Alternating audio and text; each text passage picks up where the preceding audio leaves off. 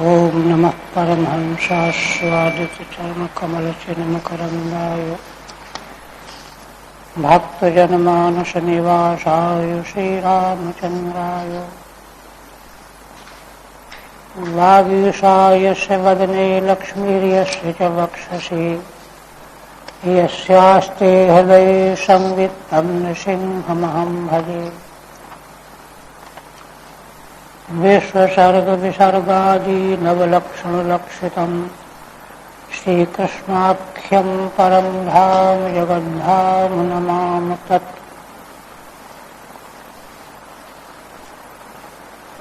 श्रीमद्भागवत के चतुर्थ स्कंध प्रथम अध्याय में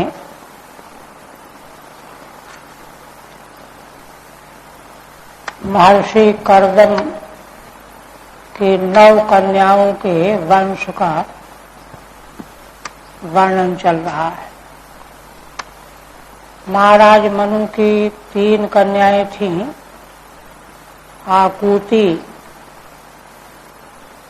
उनके वंश का वर्णन हो गया। दूसरी कन्या देवहूति की 9 कन्याओं के वंश का वर्णन चल रहा है। फिर तीसरी कन्या जिनका दक्ष के साथ विवाह हुआ था, प्रसूति, उनका वर्णन करेंगे। 38 तक हुआ था। अब आगे कहते हैं, क्रतोरपि क्रिया भार्या बालखिल्या न सूयत ऋषीन् 6 सहस्राणि ज्वलतो ब्रह्म तेजसा। क्रिया नाम की जो कर्दम की कन्या थी, उसका विवाह क्रतु नाम के ब्रह्मर्षि से हुआ था। तो उन क्रतु से क्रिया नाम की पत्नी में 60,000 बालखिल्य ऋषि प्रकट हुए। 6 सहस्राणि ऋषीन् बालखिल्यान् असूयत। मैत्रेय जी कहते हैं कि ब्रह्म तेज से प्रज्वलित होने वाले थे, परम तेजस्वी।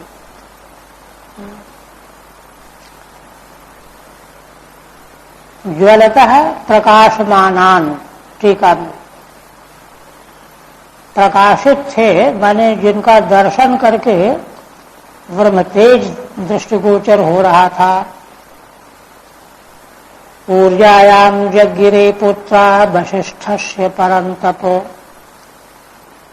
चित्रकेतु प्रधानास्ते 7 ब्रह्मर्षयो मलाः। पुनः कहते हैं, वशिष्ठ जी की पत्नी ऊर्जा, यही अरुंधति हैं, इनमें 7 पुत्र प्रकट हुए। चित्रकेतु प्रधानास्ते 7 ब्रह्मर्षयो मलाः। वशिष्ठ जी के ये 7 पुत्र ब्रह्मर्षि हुए। ऋषि, ब्रह्मर्षि, महर्षि, ये उपाधियां उत्कर्ष के हिसाब से। तो ब्रह्मर्षि प्रकट हुए। वशिष्ठ जी स्वयं ब्रह्मर्षि थे। अब उनके नाम बता रहे हैं। चित्रकेतु सुरोचिश्च विरजा मित्र एव च कुलगणो वसुधद्यानो दिवान् शक्त्यादयो परे। चित्रकेतु, सुरुचि, विरजा, मित्र 4, कुलगण 5, वसुधद्यान 6, द्युमान 7। इसी प्रकार से वशिष्ठ जी की दूसरी पत्नी से शक्ति आदि प्रकट हुए। शक्त्यादयो अपरे अन्यस्याम पत्न्याम, दूसरी पत्नी।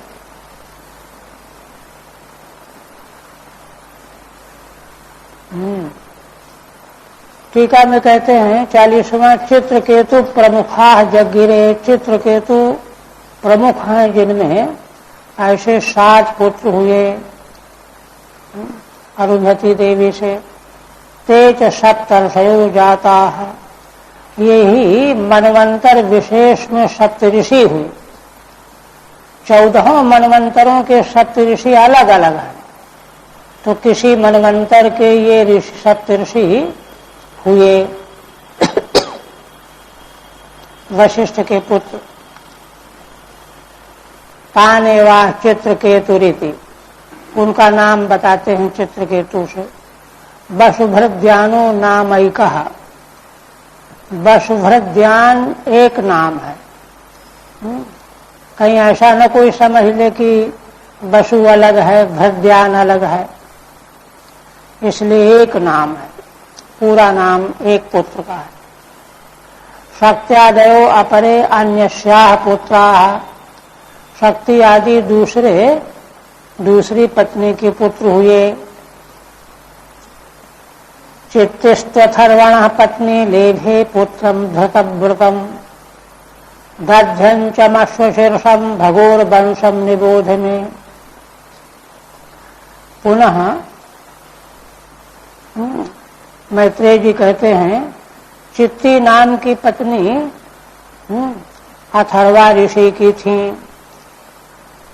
इनको एक पुत्र प्राप्त हुआ जो बड़े धृतव्रत थे, नैष्ठिक थे।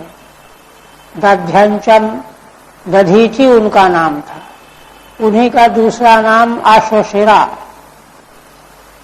इसकी कथा है पुराणों में कि अश्व के सिर को रख करके इन्होंने अश्विनी कुमारों को ब्रह्म विद्या का उपदेश किया था।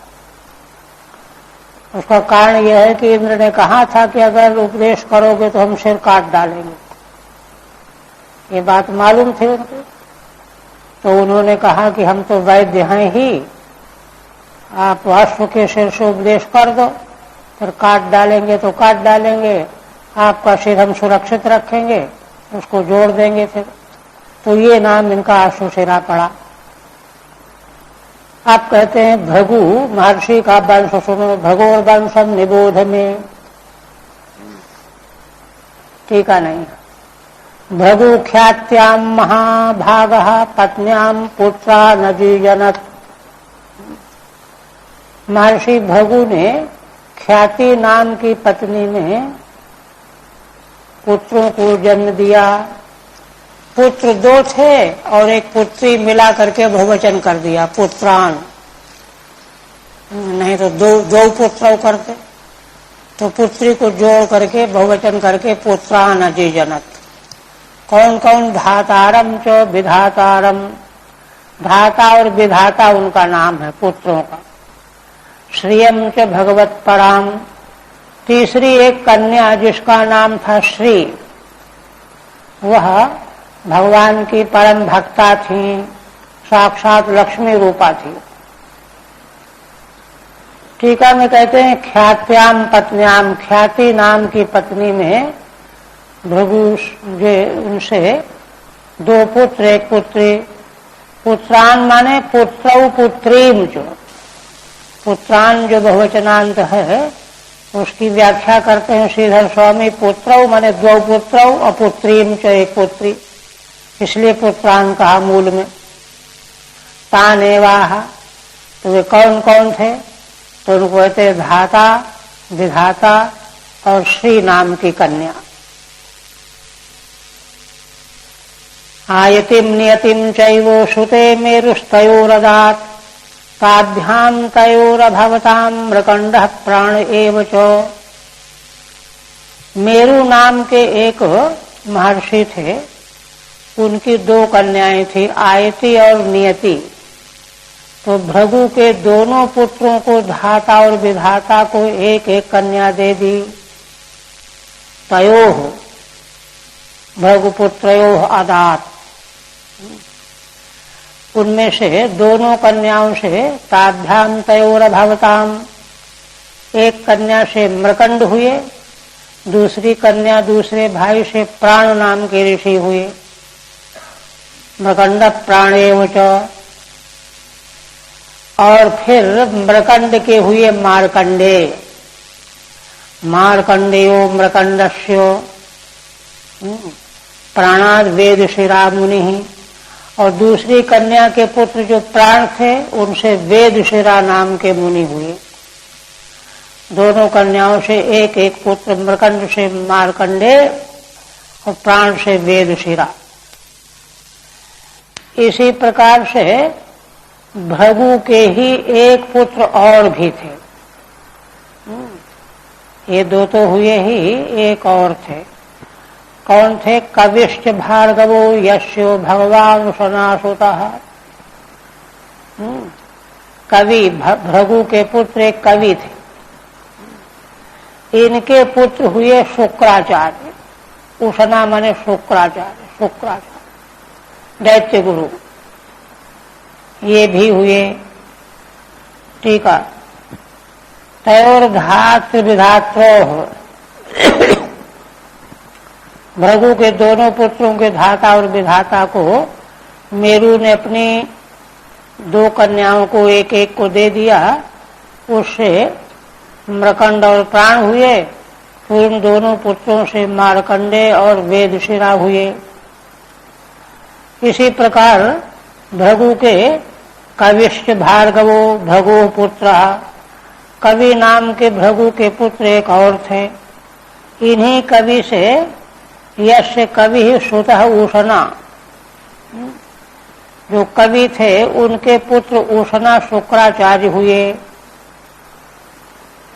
तैते मुनयः क्षत्र लोकान् सर्गैरभावयन् एष कर्दम दौहित्र संतानः कथितस्तव।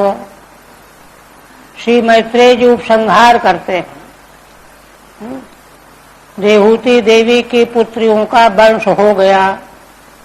कहते हैं तायते मुनयः क्षत्ता, हे विदुर जी, ये ऋषि मुनि लोकान सर्गैः अभावयन, सृष्टि के द्वारा, वंश के द्वारा सारे लोगों को भर दिया, पूर्ण कर दिया। एष कर्दम दौहित्र संतानः कथितस्तव। यह कर्दम जी के दौहित्र संतान माने कर्दम जी की पुत्रियों की संतान का हमने तुम्हारे सामने वर्णन किया। आप कहते हैं शृण्वतः श्रद्धानस्यो सद्यः पापहरः परः प्रसूतिं मानवीं दक्ष उपयेमे ह्यजात्मजः। अतः परम, इसके आगे तुम पापों का हरण करने वाला मनुपुत्री प्रसूति की जो संतान वंश परंपरा है, उनकी वंश परंपरा का श्रवण करो, जिसको सुनने से मनुष्य के पापों का नाश होता है। प्रसूतिं मानवीं दक्ष उपयेमे ह्यजात्मजः। मनु कुमारी प्रसूति का विवाह ब्रह्मा के पुत्र दक्ष ने किया था। दक्ष दो हुए हैं, एक का 6वें स्कंध वर्णन आएगा, वे दक्ष दूसरे हैं, और ये ब्रह्मा के पुत्र हैं। वे तो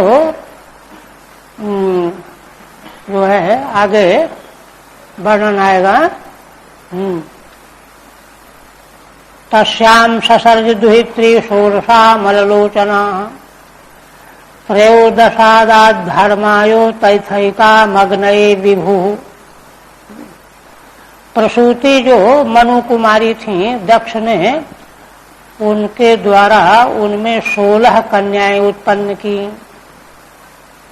सुंदर नेत्र वाली 16 कन्याएं। 16 में से 13 कन्याओं का विवाह उन्होंने धर्म के साथ किया, और एक तथैकाम अग्नये विभु। सामर्थ्यशाली दक्ष ने एक कन्या अग्नि को दी, 14 हो गई। पितृभ्य एकाम युक्तेभ्यो भवायैकाम भवच्छिदे। पितरों को एक कन्या दी और भगवान शिव को एक कन्या दे दी, हो गई 16, है ना। 13 धर्म को, एक अग्नि को 14, एक पितरों को 15, एक भगवान शिव को सती देवी, 16 कन्याएं हो गई। टीका। अजात्मजो ब्रह्मपुत्र न तो प्राचेतसः। देखिए श्रीधर स्वामी कहते हैं ये दक्ष ब्रह्मा जी के पुत्र हैं, ब्रह्मपुत्र। दूसरे दक्ष जो आगे आएंगे वो प्रचेताओं के पुत्र हैं, वे प्राचेतस दक्ष कहे जाते हैं। उनसे 60 कन्याओं का प्रसंग आगे आएगा 6वें स्कंद में। कहते हैं कि 13 धर्म को, एक अग्नि को, एक पितरों को, तो पितरों को दी तो युक्तेभ्य संयतेभ्यो मिलितेभ्यो वा। वे संयत थे पितृगण अथवा सभी पितरों को एक कन्या दी। इसके बाद जो 13 कन्याएं धर्म को विवाही गईं उनका वंश वर्णन करते हैं। श्रद्धा मैत्री दया शांति तुष्टि पुष्टि क्रियोन्नति। देखिए धर्म के अनुरूप ये कन्याएं दक्ष की श्रद्धा मैत्री दया शांति तुष्टि पुष्टि क्रिया उन्नति बुद्धि मेधा तितिक्षा ह्रीर मूर्ति धर्मस्य पत्न्यः। ये 13 धर्म की पत्नियां हैं मूर्ति तक, श्रद्धा से लेकर के मूर्ति तक 13 कन्याएं धर्म को दी, धर्म की पत्नियां हुई। अब इनका वंश बताते हैं। श्रद्धा सूत शुभम मैत्री प्रसादम अभयम दया। श्रद्धा नाम की जो दक्ष की कन्या है उसने शुभ का को जन्म दिया, शुभ नाम का पुत्र। तो जहां श्रद्धा होगी वहां शुभ ही होना है। और मैत्री नाम की जो कन्या थी उसे प्रसाद नाम का पुत्र हुआ। दया नाम की धर्म की पत्नी से अभय उत्पन्न हुआ। शांति सुखम, शांति ने सुख को, तुष्टि ने मुद माने आनंद को, स्मयम पुष्टि ही, पुष्टि नाम की धर्म की पत्नी ने स्मय को, गर्व को, जो हृष्ट को संपन्न होता है उसको गर्व होता ही है, इनको उत्पन्न किया। योगम क्रियोन्नतिर्दर्पम, क्रिया नाम की जो धर्म पत्नी है उन्होंने योग को उत्पन्न किया, योग नाम का पुत्र। और उन्नति नाम की धर्म पत्नी ने दर्प को, अर्थम बुद्धि रसूयत, बुद्धि नाम की धर्म पत्नी ने अर्थ को उत्पन्न किया, असूयत। मेधा स्मृति, मेधा नाम की जो पत्नी धर्म की हैं उन्होंने स्मृति को उत्पन्न किया। तितिक्षा तो क्षेमम, तितिक्षा ने क्षेम को, कल्याण को उत्पन्न किया। ह्री प्रश्रयम, ह्री माने लज्जा ने विनम्रता को उत्पन्न किया। 13वीं पत्नी जो मूर्ति है, मूर्ति सर्वगुणोत्पत्तिर नर नारायणावृषि, मूर्ति जो 13वीं धर्म की पत्नी है इनमें सारे गुण मौजूद हैं, सर्वगुणोत्पत्ति ही, सारे गुण इन्हीं में, इनमें उत्पन्न होने वाले हैं। तो उनसे धर्म के द्वारा नर नारायण ऋषि प्रकट हुए जो भगवान के अवतार हैं। टीका में तो और है नहीं। युक्तेभ्य संयतेभ्यो मृतेभ्यो हो गया। सर्वेषां गुणानाम उत्पत्तिर यस्याम सा, मूर्ति का विशेषण है। जिन मूर्ति देवी से, धर्म की पत्नी से भगवान नर नारायण प्रकट हुए तो उनका विशेषण है सर्वगुणोत्पत्ति ही। उसका अर्थ करते हैं सर्वेषां गुणानाम उत्पत्तिर यस्याम, उनमें सारे गुणों की उत्पत्ति होती है। ययोर्जन्मन्यदो विश्वम अभ्यनंदत सुनिर्वृतम मनांशिक कुभो जाता वाता प्रसेदु सरितोदयः। आप भगवान नर नारायण के रूप में जब प्रकट हुए, धर्म की 13वीं पत्नी मूर्ति देवी से, तो सारी सृष्टि में परिवर्तन आ गया। वही कह रहे हैं मैत्रेय जी, ययोः जन्मन्यदो विश्वम, जिन भगवान नर नारायण के अवतार लेने से अदह विश्वम, यह सारा संसार आभ्यनंदत, परम आनंद से ओतप्रोत हो गया। सुनिर्वृतम, शांत आनंद से विभोर हो गया सारा संसार। फिर एक एक करके कहते हैं क्या क्या हुआ। मनांसी ककुभो वाता प्रसेदु सरितोद्वयः, प्राणियों के मन, दिशाएं, दसों दिशाएं है ना, 49 पवन वायु, इतने नहीं सारे संसार की नदियां और पर्वत, ये सब अत्यंत प्रसन्न हो गए, प्रसिद्ध हो। भगवान के प्रकट होने पर, ये तो सभी भगवान के जहां जहां अवतारों का वर्णन सब जगह यही हुआ है। भगवत तत्व के प्राकट्य के समय पर सारी सृष्टि प्रफुल्लित हो जाती है, सब जगह पालन है। और क्या क्या हुआ, ये तो सारे विश्व में आनंद छा गया। और क्या हुआ, दिव्य आवाद्यंत तूर्याणी, दिव्य लोक में, स्वर्ग लोक में, अंतरिक्ष लोक में तूरियां बजने लगी। पेतु कुसुम वृष्टयः, और देवताओं के द्वारा फूलों की वर्षा की जाने लगी। मुनयस्तुष्टुः तुष्टाः, मुनिजन बहुत संतुष्ट हो गए और भगवान की स्तुति करने लगे। जगुर गंधर्व किन्नराः, गंधर्व और किन्नर भगवान का यशोगान करने लगे। नृत्यन्त स्म स्त्रियो देव्यः आसीत् परम मंगलम, देवा ब्रह्मादयः सर्वे उपतस्थुरभीष्टवैः। पुनः कहते हैं, देव्य स्त्रियां नृत्यन्त स्म, देवांगनाएं नृत्य करने लगी, उत्सव मनाया जाने लगा। आसीत परम मंगलम, सारे संसार में परम मंगल उत्सव होने लगा। और देवा ब्रह्मादय सर्वे, ब्रह्मादि सब देवता है ना, वैदिक स्तोत्रों के द्वारा भगवान की स्तुति करने लगे। उपतस्थु, भेजु,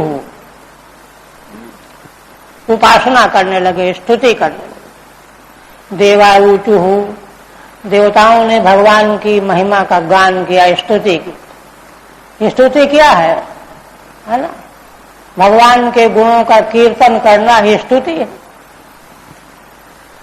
देवाऊचु, देवताओं ने मनोयोग से भगवान का ध्यान करते हुए स्तुति की। क्या कहते हैं, यो माया विरचितम निजयात्मनीदम, खेरूप भेदमिव तत्प्रतिचक्षणाय, एतेन धर्म सदने ऋषिमूर्तिनाद्यो, प्रादुश्चकार पुरुषाय नमः परस्मै।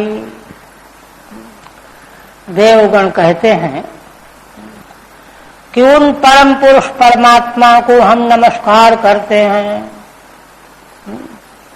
पुरुषाय परस्मै नमः, परात्पर परम पुरुष भगवान को हम नमस्कार करते हैं।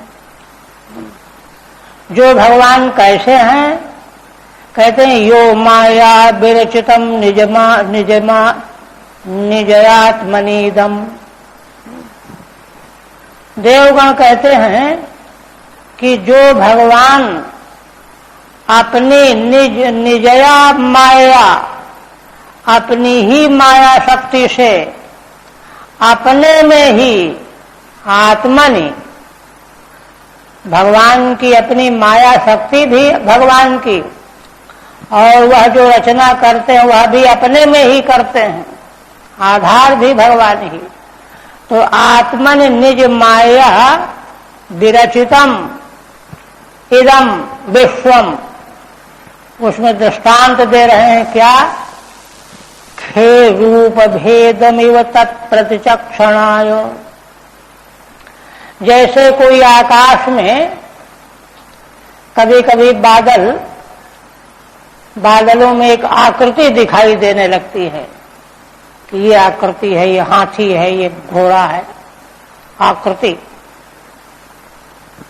आकाश में बादल छाए जाते हैं। तो उसी तरह से आकाश में जैसे रूप भेद दिखाई देने लगता है। तात्पर्य क्या है? गंधर्व नगर आकाश में होता कुछ नहीं है, किंतु गंधर्व नगर दिखाई देने लगता है। ऐसे ही जिन भगवान ने अपने ही भीतर, अपने में गंधर्व नगर के समान नाना प्रकार का रूप भेद बना दिया माया के द्वारा। इसीलिए देखिए, गंधर्व नगर से उपमा इसलिए दी जा रही कि इव शब्द का प्रयोग है।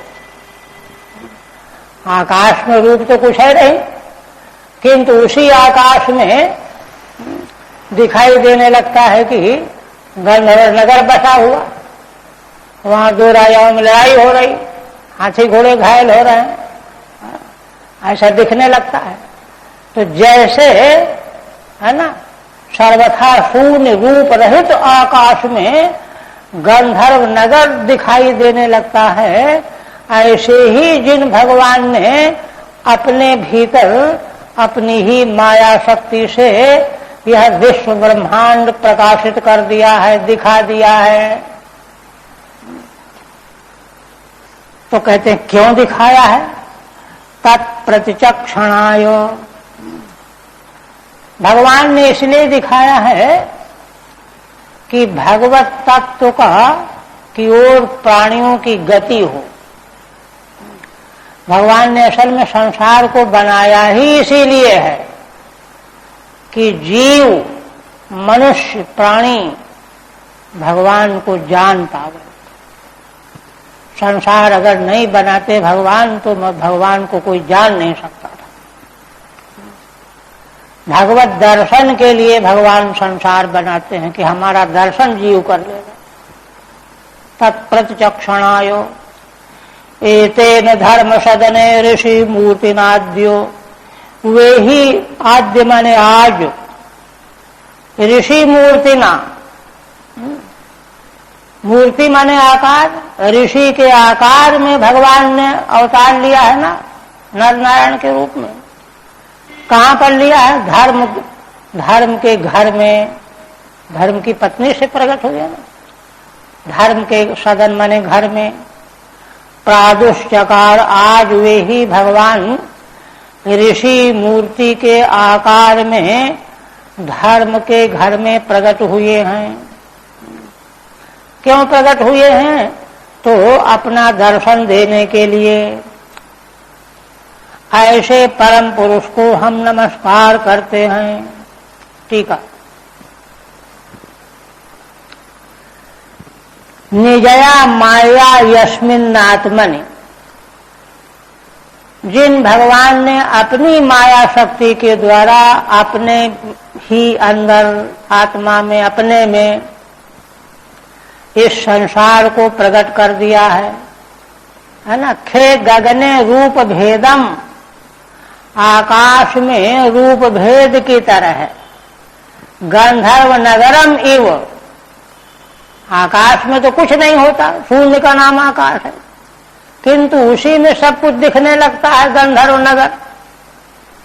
उसी प्रकार से भगवान में कुछ है नहीं, किंतु भगवान माया से अपने में ही यह सब प्रकट कर देते हैं।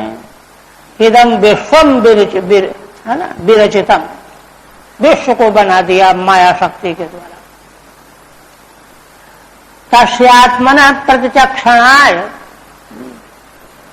और उस आत्म तत्व का दर्शन कराने के लिए, प्रकाशनाय, प्रतिचक्षणाय माने प्रकाशनाय, प्रकट करने के लिए।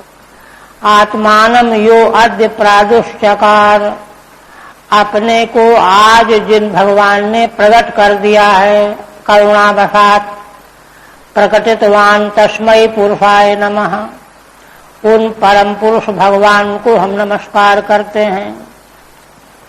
केन रूपेण प्रादुश्चकार, किस रूप से भगवान प्रकट हुए हैं? ऋषेर मूर्ति आकारो यस्मिन तेन रूपेण, ऋषि की मूर्ति माने आकार है जिनका, ऋषि के रूप में, इस रूप में प्रकट हुए हैं। और प्रकट होकर के अन्यत्र वर्णन आया है कि तपस्या करने के लिए पर्वत पर चले गए। दूसरा, सोयम स्थिति व्यतिकरोपशमायत सृष्टान, सत्तेन नः सुरगणान् अनुमेय तत्त्वः, दृश्यादभद्रकरुणेन विलोकनेन यच्छ्रीनिकेतममलं क्षिपतारविन्दम्। पुनः देवगण कहते हैं कि ऐसे जो भगवान ऋषि मूर्ति में प्रकट हुए हैं दर्शन देने के लिए, और उन भगवान से देवगण प्रार्थना करके क्या चाहते हैं? कहते हैं कि वे भगवान स्वयं स्थित व्यतिकरोपशमाय सृष्टान, उन्हीं भगवान ने संसार की स्थिति के जो बाधक, व्यतिकर, उपद्रवकारी असुर, दैत्य, अधार्मिक, उनका उपशमन कराने के लिए भगवान ने देवताओं को रचा ना, क्योंकि देवताओं को न रचते तो असुरों पर, जो धर्म विरोधी हैं, इन पर विजय कौन पाएगा? इनको कौन पराजित करेगा? देवासुर संग्राम की वैदिक उपनिषदों में खूब विवेचना की गई। देवताओं ने जब कभी कमजोर पड़ जाते, असुर प्रबल हो जाते, तो विद्याओं का सहारा लेते। एक उद्गीत प्रकरण है बृहदारण्यक में कि देवताओं ने उद्गीत के द्वारा असुरों पर विजय पाने का संकल्प लिया, उपनिषद में आया। तो इस प्रकार से भगवान देवताओं को किस लिए बनाते हैं? कहते हैं स्थिति व्यतिकरोपशमाय, जो स्थिति माने संसार बना रहे। भगवान संसार बनाते हैं और चाहते हैं कि बढ़िया ये चलता रहे खेल, तो चलते रहने के लिए कुछ व्यवस्था करनी पड़ेगी। तो धर्म को बनाया, और धर्म की रक्षा करने के लिए, धर्म को संभालने के लिए देवताओं को बनाया, वैदिक ब्राह्मणों को बनाया। तो स्थिति व्यतिकरोपशमाय, तो संसार की स्थिति के उपद्रवी, व्यतिकर माने नाश करने वाले, उनका उपशमन करने के लिए सत्येन सृष्टान देवान, सत्य गुण के द्वारा भगवान ने हम देवताओं को बनाया है।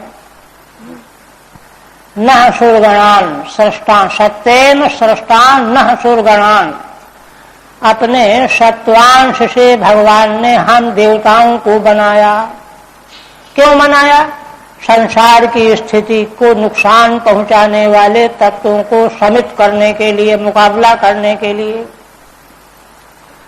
और वे भगवान जो ऐसा करने वाले हैं वे कैसे हैं? अनुमेय तत्व है। उन भगवान का तत्व केवल अनुमेय है, दृश्य नहीं है। शास्त्र के द्वारा, परंपरा के द्वारा उन भगवान के तत्व को हम लोग जानते समझते हैं, है ना। वे ही भगवान दृश्यात अदभ्र करुणेन विलोकनेन, देवताओं की प्रार्थना है कि वे भगवान अदभ्र करुणा के द्वारा, अदभ्र माने अनल्पा करुणा, अदभ्र करुणा, तेन अदभ्र करुणेन, भगवान की करुणा अदभ्र है, छोटी मोटी नहीं है। अकारण करुणा बरुणालय है भगवान, बिना किसी प्रयोजन के जीव मात्र को चाहते हैं, अदभ्र करुणा है। उस विलोकन के द्वारा, दृष्टि के द्वारा हमको देखें, हमारी ओर कृपा करें, ये प्रार्थना है। प्रेम से हमारी ओर देख लें। यच्छ्री निकेत ममलम क्षिपितार बिंदम, कहते हैं कि भगवान के जो नेत्र हैं वे श्री शोभा के निकेत हैं, निर्मल हैं, और अपनी शोभा के द्वारा, निर्मलता के द्वारा कमल को तिरस्कृत करने वाले हैं। कमल बहुत शोभा संपन्न वस्तु है, किंतु भगवान के नेत्र कमल है ना, इतने सुंदर शोभा संपन्न हैं कि बाहर के कमल को तिरस्कृत करने वाले हैं। उन नेत्रों के द्वारा भगवान हमको देखें, हमारी ओर दृष्टिपात करें, भाव ये है। टीका, सोयम नो अस्मान सुरगणान अनल्प करुणायुक्तेन विलोकनेन, वे ही भगवान हम देवताओं को अनल्प करुणायुक्तेन, माने जिन भगवान के देखने में बहुत भारी करुणा भरी हुई है। अनल्प माने बहुत अधिक, अतिशय करुणा से युक्त नेत्र के द्वारा, दृष्टि के द्वारा, विशिष्ट नेत्रेण दृश्यात पश्यतु, हम लोगों को देख लें। भगवान के दर्शन कर लेने से, देख लेने से ही हम लोग निरुज हो जाएंगे, विरुज हो जाएंगे। कथम भूतेन विलोकनेन, कहते हैं कैसे विलोकन के द्वारा, नेत्र के द्वारा। यच्छ्री निकेतम, जो शोभा के घर है नेत्र। आमलम अरविंदम तत्क्षिपता तिरस्कुर्वता, संसार में निर्मल होता है कमल, उसको भगवान के नेत्र तिरस्कृत करने वाले हैं। इतने शोभा संपन्न और महान हैं कि कमल की शोभा तिरस्कृत हो जाती है। ऐसे नेत्र से हमको देखें। कथम भूतः, वे भगवान कैसे हैं जिनसे यह प्रार्थना कर रहे हैं देवगण। कहते हैं अनुमेयम शास्त्र तो विचार्यम, भगवत तत्व तो शास्त्र के द्वारा विचार करने से जाना जाता है। अनुमेय तत्व है, इतना आसान नहीं है उनका दर्शन कर लेना। न तो अस्माकम अपरोक्षम तत्वम यस्य, उन भगवान का तत्व हम लोगों को अपरोक्ष नहीं है। कथम भूतान अस्मान, हम लोग कैसे हैं जिनको भगवान अपने नेत्रों से देखें, करुणा नेत्र से देखें, प्रार्थना कर रहे हैं देवगण। कहते हैं कि हम लोगों को उन्हीं भगवान ने पैदा किया है। किस लिए किया है? तो स्थितेर जगन मर्यादाया, संसार की मर्यादा की स्थिति के लिए। व्यतिकरो अन्यथात्वम, मर्यादा का व्यतिकर माने गड़बड़ हो जाना, टूट फूट जाना, अन्यथात्व व्यतिकर है। तस्योपशमनाय, संसार की मर्यादा इधर उधर न होने पावे, इसीलिए भगवान ने हम देवताओं को उत्पन्न किया है। तस्योपशमनाय सत्वेन गुणेन संस्थान, सत्व गुण के द्वारा भगवान ने हम लोगों को उत्पन्न किया है। वे भगवान अनल्प करुणा दृष्टि के द्वारा हम लोगों को एक बार देखें, ये प्रार्थना है। माने भगवान की दृष्टि का हम विषय बन जाए और कुछ नहीं मांगते। मैत्रेय जी कहते हैं एवं सुरगणैस्तात भगवंताभीष्टुतौ लब्धावलोकैर्ययतुर अर्चितौ गंधमादनम। कहते हैं कि इस प्रकार से सुरगणैहि अभिष्टुतौ भगवंतौ, देवताओं के समुदाय के द्वारा 12 आदित्य, 8 वसु, 49 पवन, देवताओं के गण है ना, सब गण भगवान की स्तुति करने के लिए आए थे। तो देवगणों के द्वारा दोनों की, नर नारायण भगवान की स्तुति की गई। विग्रह दो हैं, भगवत तत्व एक है, अवतार तो एक ही है, लेकिन स्वरूप विग्रह दो है, नर नारायण। अभिष्टुतौ भगवन्तौ लब्धावलोकैहि, तो देवता लोग जो चाहते थे, भगवान ने करुणापूर्ण नेत्र से उनकी ओर देख लिया, उनको भगवान ने देख लिया, हमको प्रसन्न हो गए, गदगद हो गए।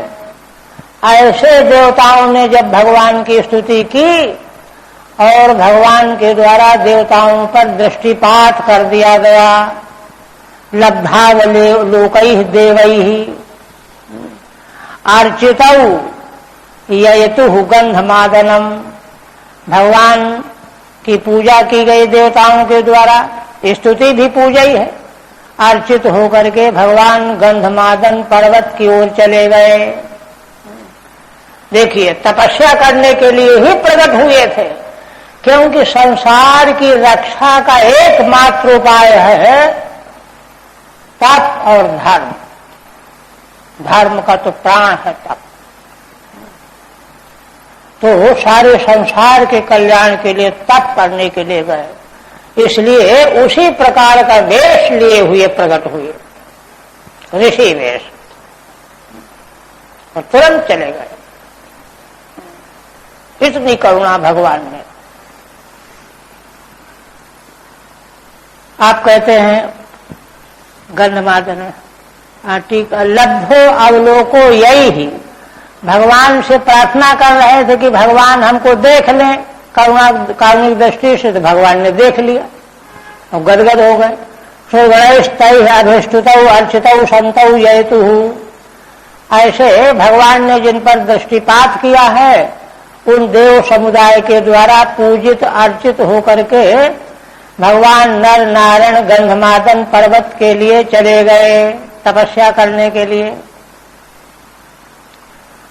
आप कहते हैं, और यहां पर मैत्रेय जी को स्मरण आ गए, वर्तमान काल में कथा सुना रहे हैं ना, ये तो प्रथम मनवंतर का प्रसंग है, और ये तो 7वां मनवंतर चल रहा है जिसमें कथा सुना रहे हैं। तो क्या कहते हैं, ताउमौ वै भगवतो हरे अंशा विहागतौ, हे विदुर जी, वे ही दोनों भगवान, जैसे वहां दो थे ना नर नारायण, वे ही भगवान श्री हरि, वे दोनों नर नारायण के रूप वाले ही यहाँ आए हुए हैं द्वापर के युग में। कौन आए हुए हैं? कहते भारव्याय च भुवः, पृथ्वी का भार नष्ट करने के लिए, है ना। कौन है? कृष्णौ, भगवान श्री कृष्ण का नाम तो कृष्ण है ही, अर्जुन का नाम भी कृष्ण है ना। कृष्णम वंदे प्रभासुतम कहते ही हैं, भगवान कृष्ण द्वैपायन भी है। तो कृष्णौ माने दो कृष्ण। दो कृष्ण कैसे? यद कुरूद बहू, यद वंशी भगवान श्री कृष्ण, और कुरूद वंशी कौरव वंशी अर्जुन, वो भी कृष्ण नाम है। ये ही दोनों नर के अवतार अर्जुन हैं, नारायण भगवान साक्षात श्री कृष्ण हैं, वे ही अवतरित हुए हैं, ये बताए दे रहे हैं। आप कहते हैं भूओ भारत से व्ययाय नाशाय, पृथ्वी टीका में, पृथ्वी के भार का नाश करने के लिए चकार एक वाक्यत्वार्थ, चकार जो है एक वाक्यत्व के लिए है, माने स्वरूप दो भले हों, लेकिन दोनों अवतारों का प्रयोजन पृथ्वी के भार का नाश करना है, एक वाक्यता के लिए। तौ च सांप्रतम इहा गतौ इत्यर्थः, वे ही दोनों स्वरूपतः इस समय यहाँ आए हुए हैं भूलोक में। पहचान लीजिए, विदुर जी को कहते हैं तदुक्तम तंत्रे, यह बात तंत्र में भी कही गई है, नर्द पांचरात्र तंत्र में। अर्जुने तु नरावेशः कृष्णो नारायण स्वयं इति, ये वचन है वहां का। अर्जुन में नर भगवान का आवेश है और भगवान श्री कृष्ण तो साक्षात स्वयं नारायण हैं ही। यदूद्वहः श्री कृष्ण, यदुवंशियों का भार बहन करने वाले भगवान श्री कृष्ण, और कुरूद्वहः कौरव वंशियों का भार बहन करने वाले अर्जुन। उभावपि कृष्ण नामानौ, दोनों श्री कृष्ण नाम वाले हैं। इस प्रकार से दक्ष की कन्याएं जो भगवान धर्म को विवाही थी, उनके 13 कन्याओं के संतानों का वर्णन हो गया। अब एक कन्या उन्होंने अग्नि को दी थी, एक पितरों को दी थी, एक भगवान शिव को दी थी, तो उनका वर्णन करने जा रहे हैं। स्वाहाभिमानिनश्चाग्ने आत्मजान स्त्री नजी जनत। स्वाहा नाम की जो कन्या थी दक्ष की,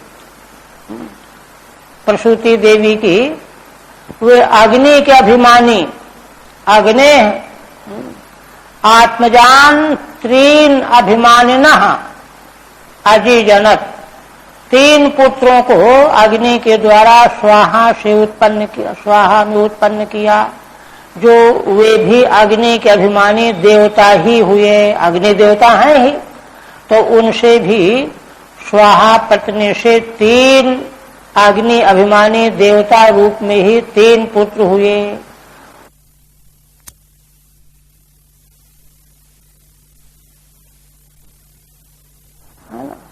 पावयतीति पावकः, पुनातीति पवमानः, अशुचि माने पवित्र होता ही है। 3 पुत्र अग्नि के द्वारा स्वाहा देवी में प्रकट हुए, सब के सब देवता के रूप में पवित्र करने वाले हुए। एक बात और, हुत भोजनम, ये तीनों जो पुत्र हुए, ये जो हवन किया जाता है वही खाते हैं, है ना। हुतम साकल्यम एवं भूमते, हुत भोजन है। कोई इकट्ठा करके रखते हो ऐसा नहीं कुछ भी। ठीक है। अग्निभिमानिनो देवान, अग्नि के अभिमानी 3 पुत्रों को जो देवता हैं उनको उत्पन्न किया। स्वाहा नाम तस्य भार्या, स्वाहा नाम की अग्नि की पत्नी थी। हुत भोजनम इति त्रयाणाम विशेषणम, ये तीनों पावक पवमान शुचि हुत का ही भोजन करने वाले हैं।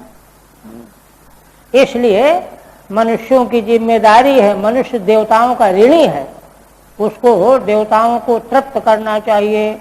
देवताओं को तृप्त किए बिना जो खाता है वह पाप खाता है। केवलाघो भवति केवलादि। इसके बाद फिर कहते हैं तेभ्यो अग्नयः समभवन् 44 पंच च। इन तीनों पुत्रों से 44 40 और 5 45 पुत्र हुए। 15 तिया 45, 15 समझ लो, 45 पुत्र हुए। और 45 ये पुत्र, 3 उनके पिता, 45 3 48, और एक पितामह अग्नि, 49 ये अग्नि देव हुए। ता एवैकोन 50 सा 50 साकम पितृपितामही। ये 45 ही मिला करके अपने पिता को जोड़ेंगे तो 48 हो जाएंगे, पितामह को जोड़ेंगे तो 49 हो जाएंगे। ये मिला करके हुए। ठीक है। पितरस्त्रयः, 3 तो पिता हैं, पावक पवमान शुचि, और एक पितामह है अग्नि देवता स्वयं, मिला करके एकस्तैः साकम सह, उनके साथ मिला करके 49 अग्नि हैं। अब इनकी महिमा बता रहे हैं। कहते हैं कि देखो, वैतानिके कर्मणि यन्नाम भीर ब्रह्मवादि भी आग्नेय इष्टयो यज्ञे निरूप्यन्ते ज्ञयस्तुते। मैत्रेय जी कहते हैं कि हे विदुर जी, है ना, ब्रह्मवादी माने वैदिक लोग, वैतानिके कर्म माने यज्ञ कर्म में अनेक प्रकार के यज्ञ कर्म हैं, तो इन्हीं 49 अग्नियों का नाम लेकर के आग्नेयी इष्टि आराधन करते हैं अलग अलग मंत्रों के द्वारा। तो माने 49 अग्नियों के नामकरण हैं, उनका एक एक का नाम लेकर के मंत्र के द्वारा इष्टि करते हैं यज्ञ में। रूप्यन्ते अग्नयस्तुते, वे इसलिए बहुवचन करने में कोई हानि नहीं है। नाम अलग अलग है, इष्टियां उनके मंत्र अलग अलग हैं।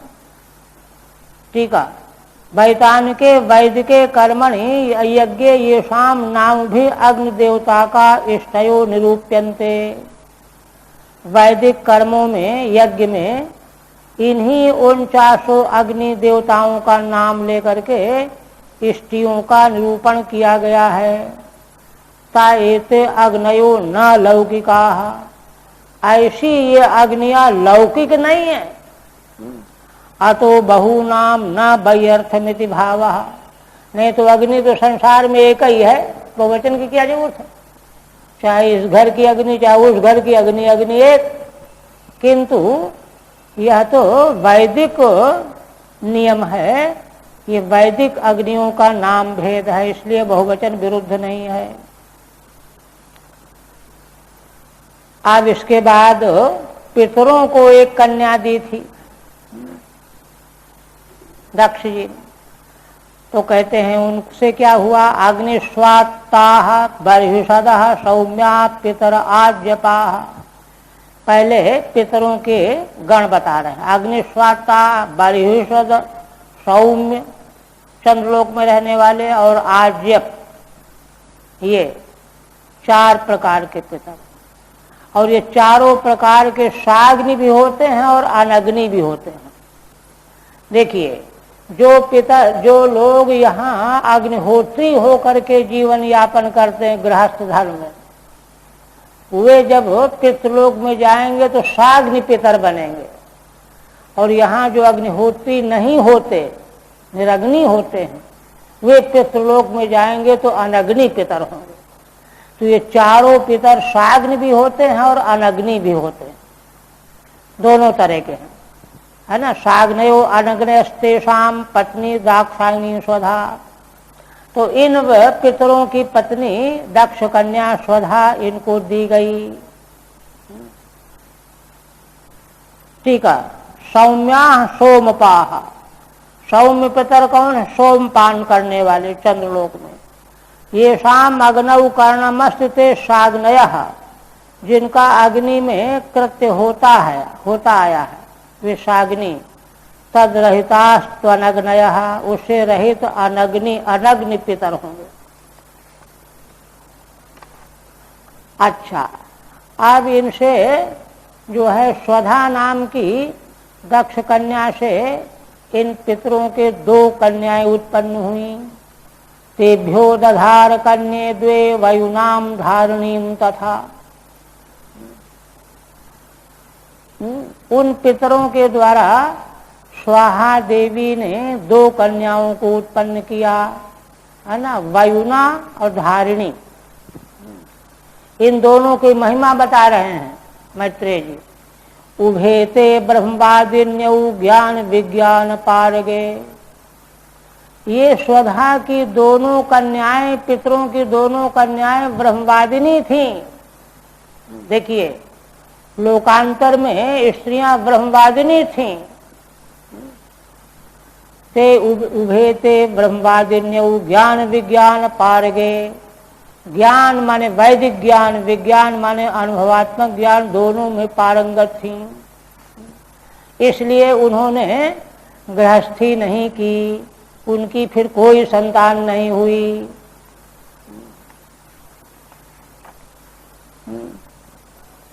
तयोस्तु संततिर ना भवत। श्रीधर स्वामी कहते हैं कि इन दोनों कन्याओं की फिर कोई संतति नहीं आगे हुई। क्यों? जीवन मुक्तत्वात्, वो तो ब्रह्मवादिनी है, ज्ञान विज्ञान पारंगत हैं, जीवन मुक्त हैं, उनको संसार से फिर क्या लेना देना। इसलिए उन्होंने नैष्ठिक ब्रह्मचर्य व्रत का पालन किया। अब एक कन्या दक्ष की सती देवी, भवस्य पत्नी तु सती भवम देव मनुव्रता आत्मना सदसम पुत्रम न लेभे गुणशीलता। आप कहते हैं कि भगवान शिव, भव माने भगवान शिव के साथ सती देवी का विवाह किया था दक्ष ने, सती देवी है ना। और वे सती देवी है ना भगवान शिव का अनुसरण करने वाली थी, अनुव्रत थी, पूरी पतिव्रता थी। किंतु आत्मना सदसम पुत्रम न लेभे गुणशीलता, उनके अपने गुण और शील के समान कोई पुत्र प्राप्त नहीं हुआ। नहीं, अगर पुत्र प्राप्त हुआ होता तो उसका वर्णन किया जाता। और वर्णन इसलिए कि उस वर्णन को सुनने से पाप नष्ट होता। क्यों? इनके वंश जो वर्णन किए गए ये सब माता पिता के गुणशील के अनुसार ही ये वंश प्रकट हुआ है, तो उनको वंश ही नहीं हुआ। गुणशीलता आत्मना सदसम देवम अनुव्रतापि, उन्हीं के अपने समान भगवान शिव का अनुसरण करने वाली होती हुई भी सती पुत्रम न लेभे। तो फिर कहते हैं, कारण बता रहे हैं, पितरि अप्रतिरूपेष्वे भवाया नागशेरुषा अप्रौढ़ैवात्मनात्मानम अजहाद योग संयुता। मैत्रेय जी कहते हैं कि कारण ये था कि इनके पिता दक्ष जो थे वे अप्रतिरूप थे, भगवान शिव से वे ईर्ष्या करते थे, चिढ़े हुए थे। और भगवान शिव का कोई अपराध नहीं था। अनागसे भवाय, निरपराध भगवान शिव जी के प्रति है ना वे ईर्ष्या करने वाले थे, रोष के मारे। उचित नहीं था, अप्रतिरूप था यह काम। भगवान शिव के प्रति चिढ़ना, क्रोध करना, ईर्ष्या करना ये बिल्कुल गलत थी बात। किंतु अब सती देवी क्या कर सकती थी, इसलिए उन्होंने इस क्लेश में अपने को ही जला दिया। अप्रौढ़ैवात्मनात्मानम, अभी उनकी अवस्था भी थोड़ी ही थी, अप्रौढ़ावस्था में ही अपने से उन्होंने अपने को योग अग्नि से जला दिया। योग संयुता आत्मानम अजहात, अपने शरीर का त्याग कर दिया। तत्र हेतु स्वे पितरि दक्षे अप्रतिरूपे असदृशे प्रतिकूले सतीत्यर्थ। अपने पिता को जब देखा कि हमारे पिता दक्ष जहाँ क्रोध नहीं करना चाहिए वहाँ क्रोध किए हुए हैं, प्रतिकूल आचरण कर रहे हैं, इसलिए उनको बड़ा दुख हुआ। आत्मना स्वयमेवात्मानम देहम अजहात त्यक्तवती, अपने आप ही उन्होंने अपने देह का त्याग कर दिया। योग संयुता, योग आश्रित इति, योग का आश्रय लेकर के। हरि ओम तत्सत्। श्रीमद्भागवते महापुराणे चतुर्थ स्कंधे विदुर मैत्रेय संवादे प्रथमोध्यायः।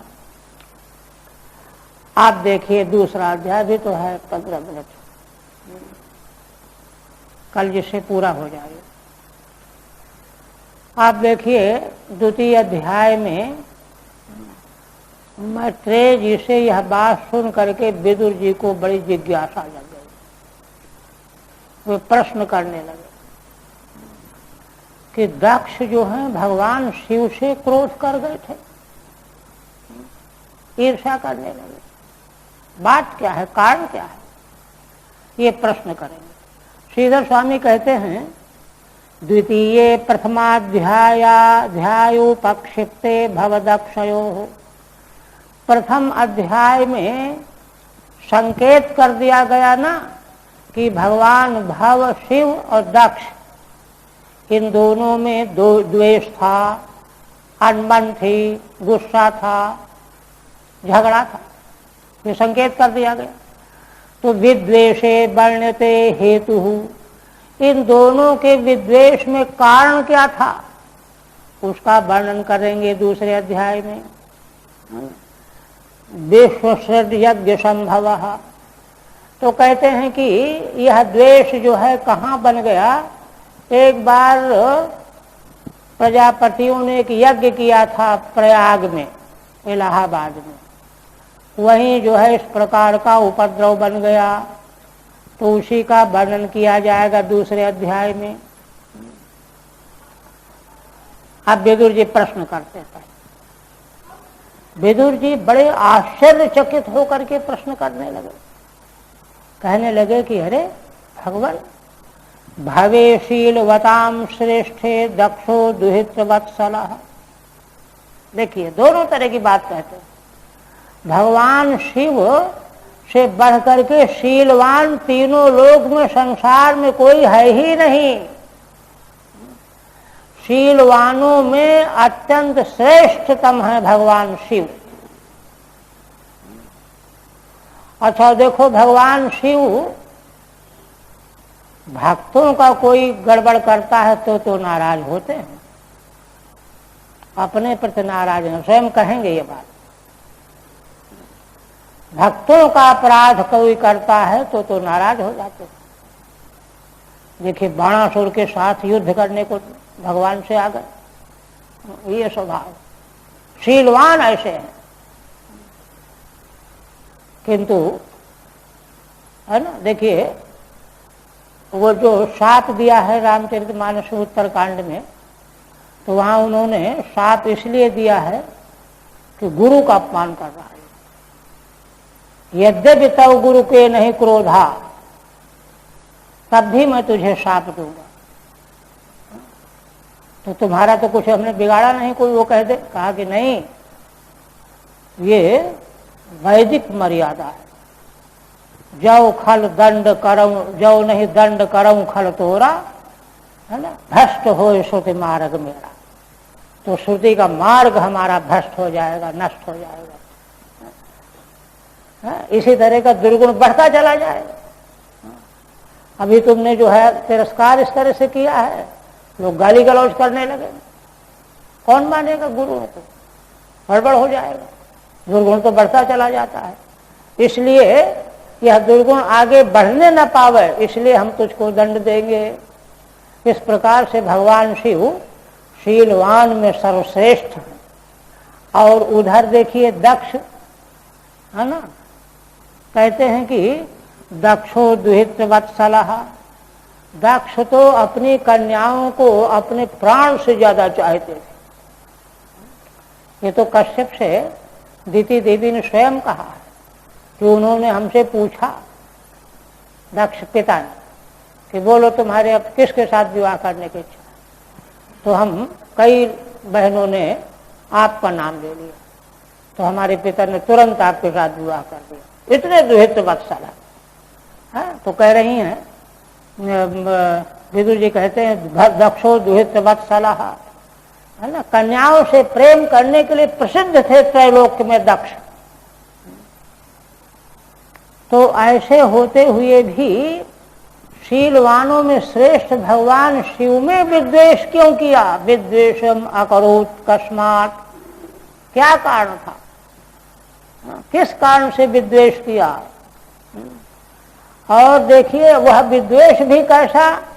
अनादृत्यात्मजाम सतीम, सती नाम की अपनी सबसे छोटी कन्या का अनादर करके,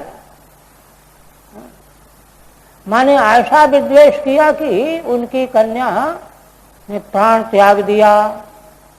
कहाँ तो है ना, कन्या वत्सल हैं, और कहाँ कन्या के मरने की भी चिंता नहीं की। बाद में तो आया है कि बहुत दुखी हुए हैं जब यज्ञ ध्वस्त हुआ है, तब बहुत दुखी हुए। लेकिन आवेश में जो है व्यक्ति भूल जाता है। और कहते हैं, आश्चर्य करते हैं विदुर जी। देखिए,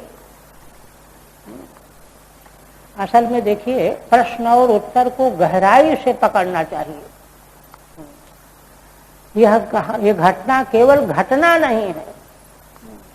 और देखिए, ये विसर्ग सृष्टि का वर्णन चल रहा है,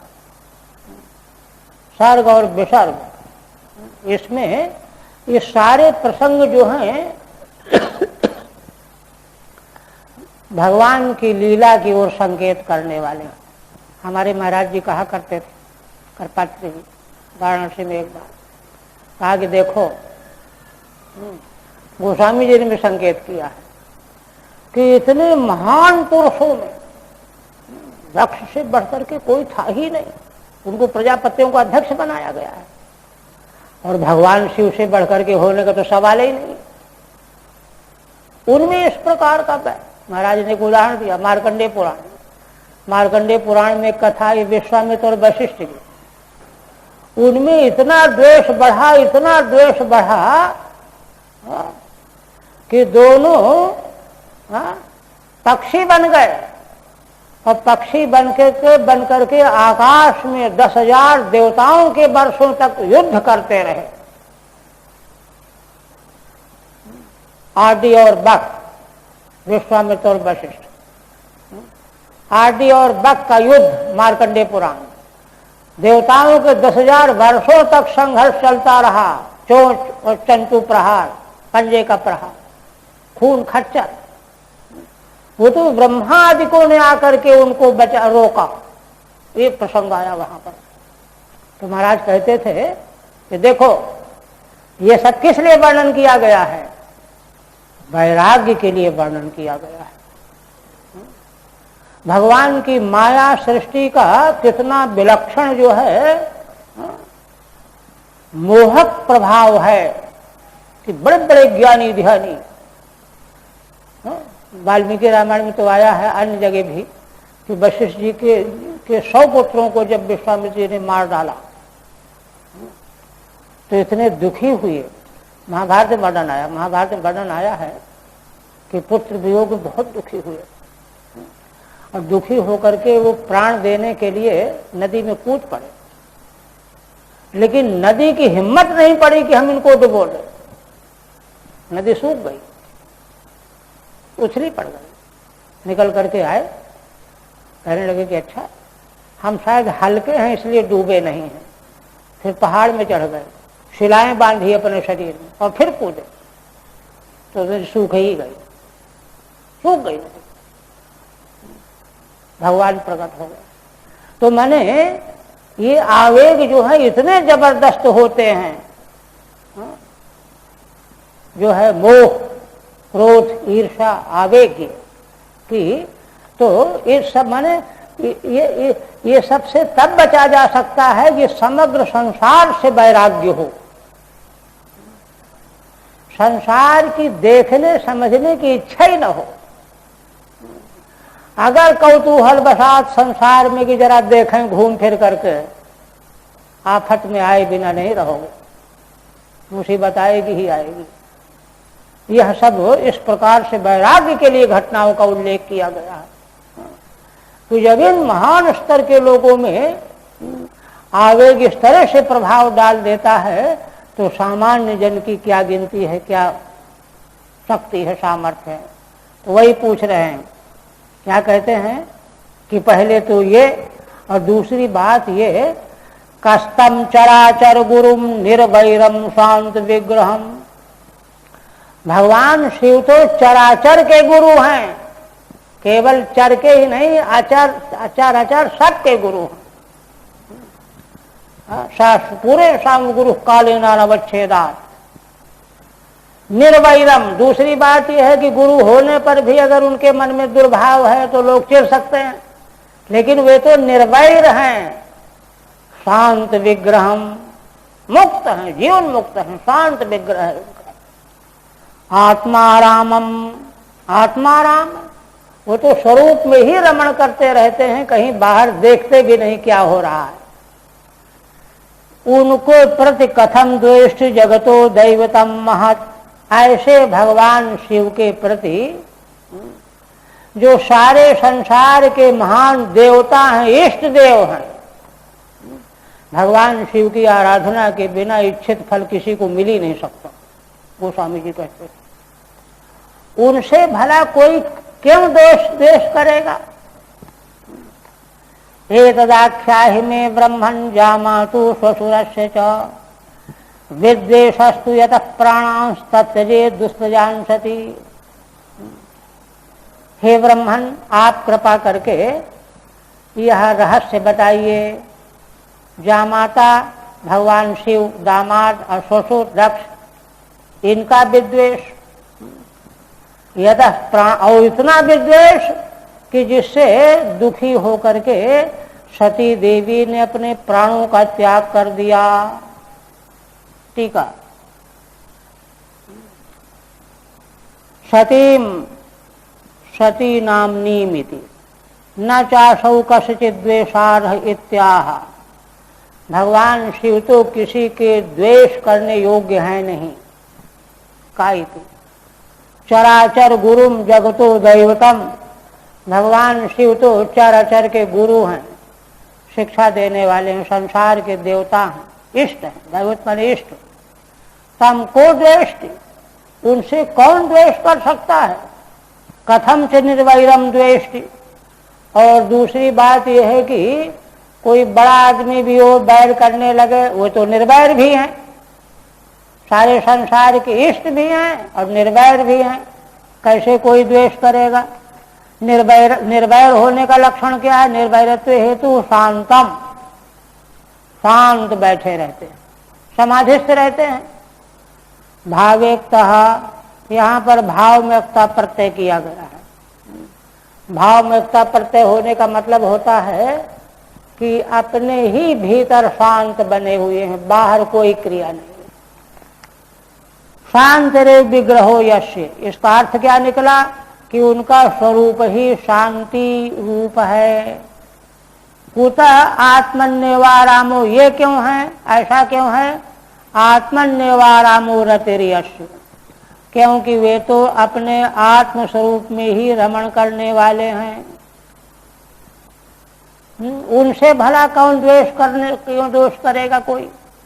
यद्वा अथवा कह का मतलब कौन द्वेष उनसे करेगा, एक अर्थ किया। दूसरा अर्थ कर रहे हैं का माने प्रजापति दक्ष, का अर्थ प्रजापति भी होता है।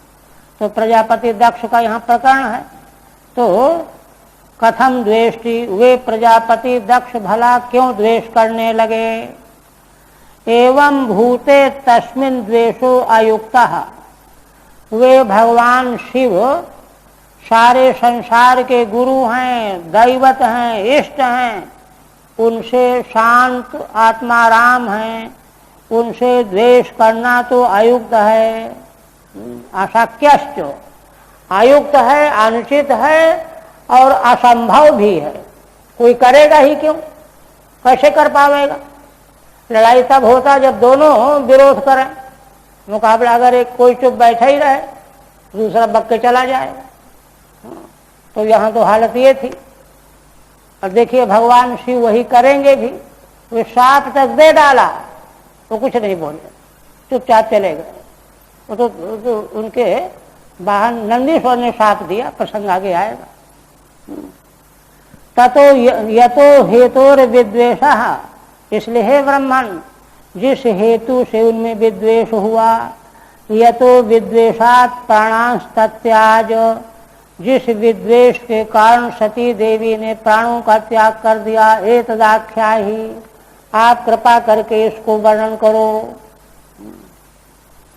तदेवाख्यातुम इतिहासम प्रस्तौतु, उसी का वर्णन करने के लिए मैत्रेय जी इतिहास सुनाते। क्या कहते हैं?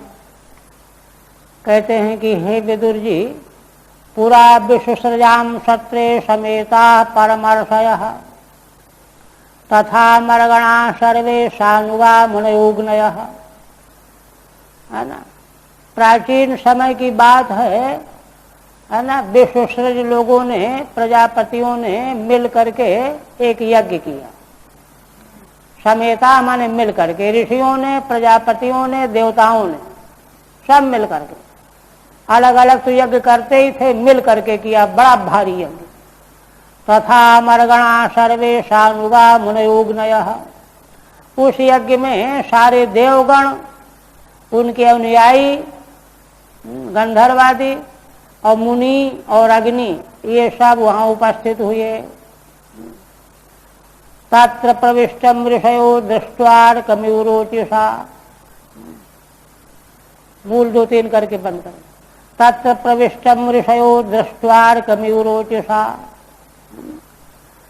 उस सभा के मध्य में दक्ष आए तो उनको देखा सबों ने कि सूर्य भगवान के समान तेजोमय दक्ष चले आ रहे हैं। रोचिषा भ्राजमानम, अपने तेज से प्रकाशित हो रहे हैं सूर्य की तरह, मानो सूर्य आ रहे हैं। और इतने नहीं, है ना, तन महत् सदः वितिमिरम कुर्वन्तम, वह बड़ी भारी देवताओं ऋषियों की सभा का अंधेरा दूर हो रहा था उनके आने पर, इतना तेज था उनमें। ऐसे दक्ष आए तो उनको आया हुआ देख करके सब खड़े हो गए। उदतिष्ठन् सदस्यास्ते स्वधिष्णेभ्यः सहाग्नयः, सारे सदस्य वहां जो एकत्र थे सभा में अपने अपने आसनों से उठ खड़े हुए। अग्नियां भी खड़ी हो गई आदर करने के लिए, है ना। ऋते विरिंचम सर्वम च, ब्रह्मा और भगवान शिव ये दोनों नहीं उठे। तो कहते और सब भी क्यों उठ गए? तद भाषा क्षिप्त चेतसः, दक्ष के तेज से उनका तेज आक्षिप्त हो गया था, धर्षित हो गया था। वो बैठ सकने की हिम्मत नहीं रही उनकी, उठ खड़े हुए। और कहते हैं सदसस्पतिभिर्दक्षो भगवान साधु सत्कृतः, अजम लोक गुरुम नत्वा निशुसाद तदाज्ञया। इस प्रकार से उस सभा में जो सदसस्पति थे, अलग अलग गणों के, देवताओं के, ऋषियों के, प्रजापतियों के, उनमें से एक एक नेता ने आकर के उनको माला पहनाई, समझ लो, फूल चढ़ाए, झुक करके प्रणाम किया, हाँ, और उनका सम्मान किया गया, साधु सत्कृत हो गए। और फिर अजम लोक गुरुम नत्वा, लोकों के गुरु तो ब्रह्मा जी हैं, उनको जाकर के दक्ष ने नमस्कार किया, वो तो पिता हैं, और उन्होंने आज्ञा दिया बैठो, बस बैठ जाओ, है ना। तद आज्ञा निशसाद, ब्रह्मा जी की आज्ञा पा करके बैठ गए। टीका कहते हैं, 5वां है ना, प्रविष्टम दक्षमित शेषः, दक्ष को प्रविष्ट देखा सब सदस्यों ने। महत्सदो महतीम सभाम, महत् सभा में प्रविष्ट हुए आए। स्वाधिष्णेभ्यः स्वीयासनेभ्यः, वे सब के सब अपने आसन से उठ खड़े हुए और उनका सम्मान करने लगे। दक्ष ने पिता ब्रह्मा जी के चरणों में प्रणाम किया। ब्रह्मा जी ने कहा कि बैठो वत्स, अपने आसन पर बैठ गए। और जब देखा कि भगवान शिव न तो उठे और न हाथ जोड़ करके नमस्कार किया, चलो नहीं उठे तो बैठे बैठे हाथ जोड़ लेते, यह भी नहीं किया। यही जो है उनका पारा चढ़ गया। तो वही आगे कह रहे हैं, प्रांग निषण्यम मृडम दृष्ट्वा नामृष्यत तदनाद्रतः, अपने ही आंखों के सामने आगे मृड माने भगवान शिव को बैठा हुआ देखा। ये सहन नहीं हुआ दक्ष को, उन्होंने अपने को अनादृत माना। वाच वामम चक्षुर्भ्याम अभिवीक्ष दहन्निव, तिरछे नेत्रों से भगवान शिव की ओर देखते हुए और है ना, आग से क्रोध से जलते हुए सारी सभा के बीच में कहने लगे, प्राग स्वउपवेशनात् पूर्व में अनुसन्न उपवेशतम मृडम शिवम। अपने बैठने से पहले ही भगवान शिव बैठे थे, पहले से आए हुए, उनको देखा। तद अनादरता, तो उन्होंने अपने को शिव जी के द्वारा अनादृत समझा। तेन अभ्युत्थानादिभि अकृतादरः, क्योंकि भगवान शिव ने, क्योंकि दामाद थे, उठ के खड़े हो जाते, हाथ जोड़ लेते, मुंह से नमस्कार कर देते, नहीं किया कुछ भी। ना मृष्यत, ना सहज सहन नहीं हुआ। वामम वक्त्रम यथा भवति तथा अभिवेक्ष, उनका चेहरा क्रोध से तमतमा गया और उनकी ओर, है ना, तिरछे नेत्र से देखते हुए सारी सभा को संबोधित करके कहने लगे। बस यही।